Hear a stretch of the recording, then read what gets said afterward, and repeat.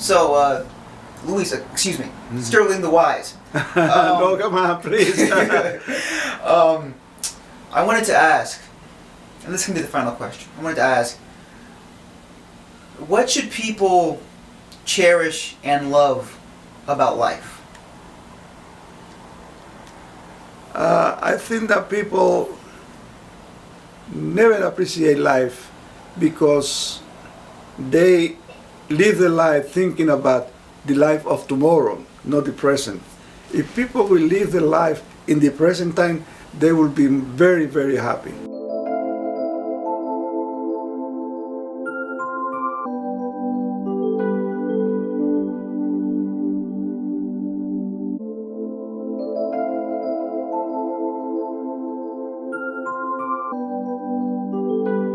You know, for example, married people sacrifice a lot to buy a house in the suburbs, and they bring the children, but after a certain time, the house grows all on them, and they grow all on the house. And then they found this house, that was the thing that we were the most proud.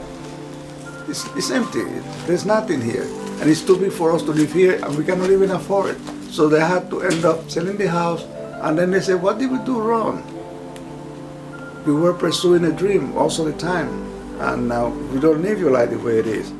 I'd like to introduce to you Lou Martinez, owner of his own successful gilding company, who was taught the trade of gilding by Luis Sterling himself early on in his life. This is the first time that Luis and Lou have sat down and talked to each other in 20 years. I want to thank Louis, and he's one of the best gilders ever, and I wasn't too shabby, let me tell you, but... I have a question for you, man. Yes, sir, bro. So, if you had to describe Luis, I'm gonna give you 3 words. If you had to describe him in 3 words, what would those words be? A good man, a talented man, and a man with a big heart. Oh man, don't embarrass me. Oh, thank you. I'm not embarrassing you. No. I'm not. Man, you know. I don't forget that crap, bro. Some people say, live the life as if it was the last day. Yeah, it's true, but they don't do it. You know, it's very difficult because we are distracted into what we want. You know, what we want it to be, the ambition that we have. We spend our life in pursuit of those dreams. But the present, we wasted doing those things that are in the future that still doesn't exist. Saving, life saving, and this and that for when I retire. You know how many millions of people in this country sacrifice their life, putting money in Social Security, putting money in 401k. When the time comes for them to get the money, they die. You know, they die, or they are sick. They are not able to do the beautiful life that we're going to live when they retired. You know, and that is something that is very, you know, it's there. It's there. I looked into the apartment, but the door... Your door, right?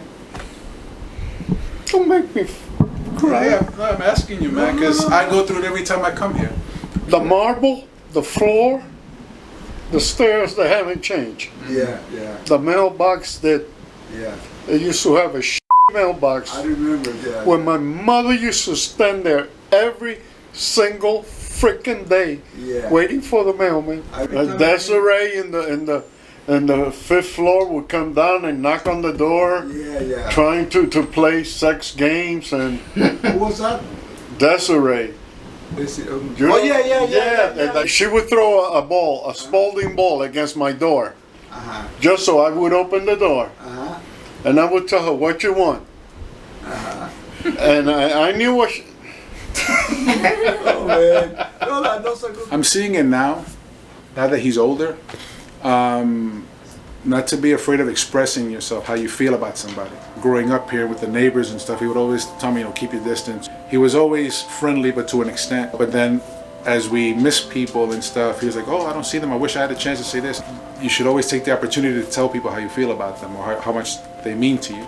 Now that he is of a certain age, I see that he's doing that. And again, it's kind of like I watch in disbelief. But at the same time, I'm happy for it because I see that his world is growing. He's more open to people, he's friendlier, and He understands that it's not a sign of weakness. I guess he would see it as a sign of weakness, but it's not a sign of weakness. It's just showing appreciation for the people around you that take care of you. When I came to New York City, talking was about the size of a dime, and it cost 15 cents. A pack of cigarettes cost 33 cents. A carton of milk cost 15 cents.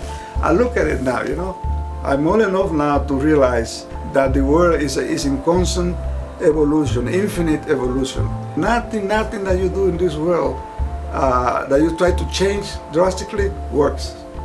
Nothing.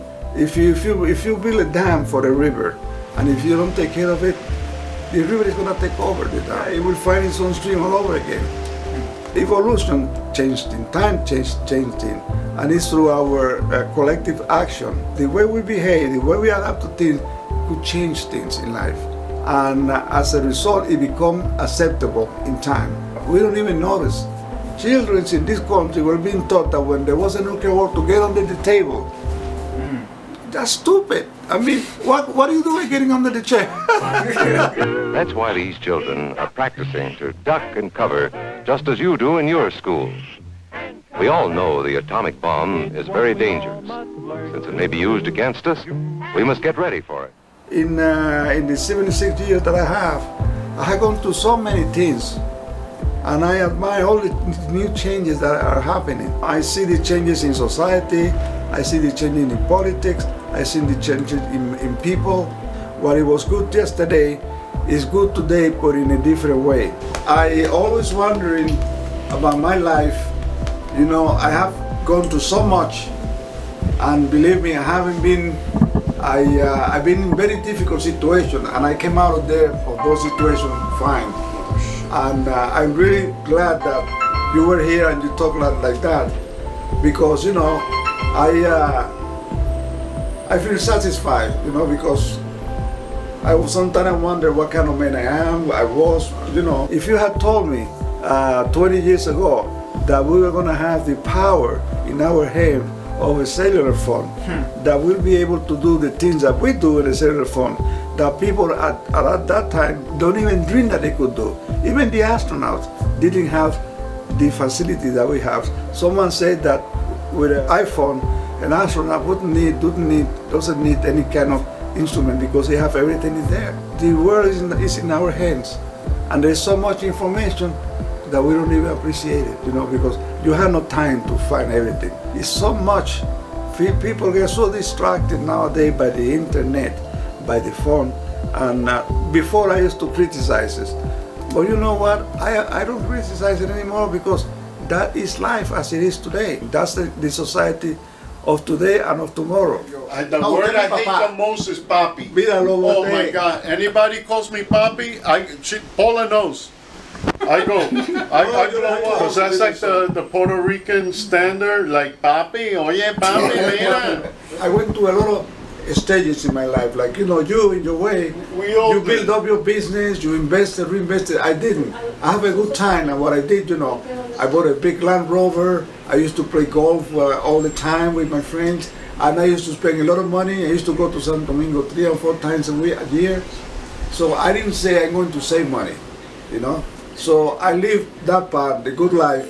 But in both stages, the people that I meet, they all have a good memory of me. And I never pretend to be what I wasn't in any of those situations. I was what I was. We live our life in pursuit of something that we don't have, and in the meantime, we just survive. That's all I could say. I had to hug you, man. I had to hug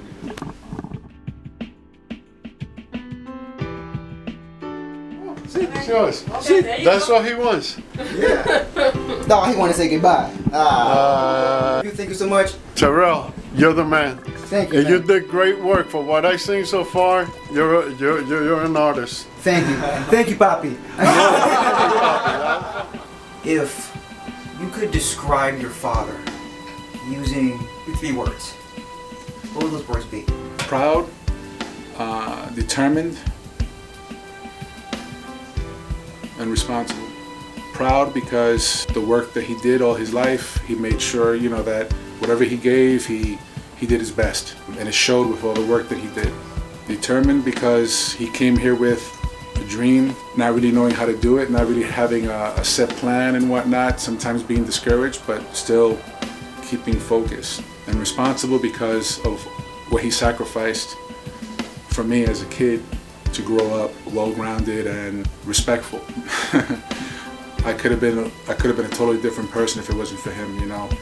Stern for the most part, but then at the same time loving and giving and nurturing. So those are the things that I always think of when I think of him. I thank you so much for asking me to do this interview, because I'm not used to this thing, but you are a very nice person, and I think that I owe you that. So thank you so much. No, thank you, Luis. Thank you. A little wave.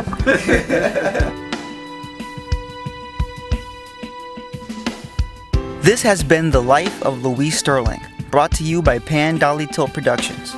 Thank you for watching.